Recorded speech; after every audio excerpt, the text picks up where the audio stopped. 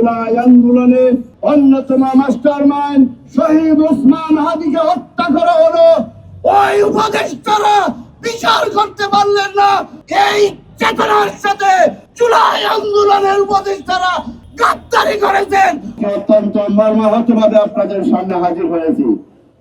বিজয়ের দ্বিতীয় বর্ষর এই র্যালির সমাবেশে দাঁড়িয়ে আমি আজকে বাংলাদেশের ছাত্র জনতার প্রিয় ঠিকানা ছাত্র জমিয়ত বাংলাদেশের সংগ্রামী সভাপতি রেদওয়ান মাজহারির সভাপতিত্বে আজকের এই সমাবেশের পরিচালক ছাত্র জনতার প্রিয় ঠিকানা ছাত্র জমিয়তের সংগ্রামী সাধারণ সম্পাদক ছাত্র নেতা সাদ বিন জাকির সহ জুলাই আন্দোলনে যারা আহত হয়েছেন, জুলাই আন্দোলনে যারা প্রত্যক্ষদর্শী ছিলেন, আমি তাদের সামনে রেখে বলতে চাই, আজকে এই জুলাইকে নিয়ে যে ষড়যন্ত্র হচ্ছে, চক্রান্ত হচ্ছে, জুলাইয়ের চেতনা কি ছিল? যে আমেরিকার মানবাধিকারকে কান্ট্রি অফিস বাংলাদেশে দেওয়া হবে, এর জন্য কি জুলাইয়ে ছাত্র জনতা রক্ত দিয়েছে? জুলাইয়ে ছাত্র জনতা রক্ত দিয়েছিল এই আপামর বাংলাদেশে আমরা স্বাধীন মাতৃভূমি হিসাবে মাথা তুলে পৃথিবীর দরবারে দাঁড়াবো। দুঃখজনক হলো সত্য, এই জুলাইয়ের ছাত্র জনতা এভাবেই কোটি কোটি মানুষের ঘরে দেশ জুড়ে ফ্রিজ একটাই, ওয়ালটন।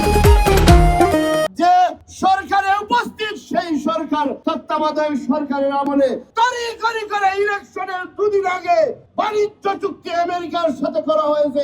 এই চেতনার সাথে জুলাই আন্দোলনের উপদেষ্টারা গাদ্দারি করেছেন। আজ হোক কাল হোক এদের বিচার হবেই হবে।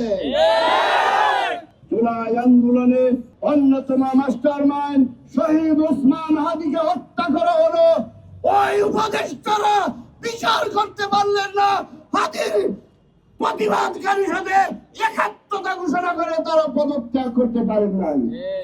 তাতে আমাদেরকে কি মেসেজ দেওয়া হচ্ছে? আজকে এই জুলাই দ্বিতীয় বর্ষে দাঁড়িয়ে আমরা দেখেছি সরকার পতনের হুমকি দিচ্ছেন কারা?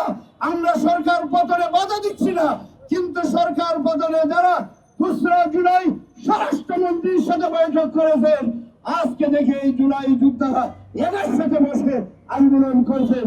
কাজে চিহ্নিত করতে হবে কারা জুলাই যোদ্ধা ছিল, কারা এই দেশের ছাত্র জনতার সাথে গাদ্দারি করেছে, এদের পরিষ্কার করার সময় এসেছে। বন্ধুগণ, আমার দল জনকল্যাণের পক্ষ থেকে আমি পররাষ্ট্রমন্ত্রীকে হুঁশিয়ার করে দিচ্ছি, ভারতে আমাদের বন্ধু দেশ তারা দাবি করেন, আমরা অস্বীকার করি না। ভারত আমাদের বন্ধু দেশ, 3 দিকে আমাদের ভারত বেষ্টনী। ভারতের সাথে বাংলাদেশ সুসম্পর্ক চায়, কিন্তু বাংলাদেশের একজন ফেরারি কোরিয়াকে আশ্রয় দিয়ে বাংলাদেশের 18 কোটি মানুষের সাথে গাদ্দারি করে। আজকে যদি ভারত মনে করেন শেখ হাসিনা দিয়ে ভিডিও বার্তা দেন, সাংবাদিক কনফারেন্স করেন, আমরা এর তীব্র নিন্দা জানাই। দেখা হবে আন্দোলনে।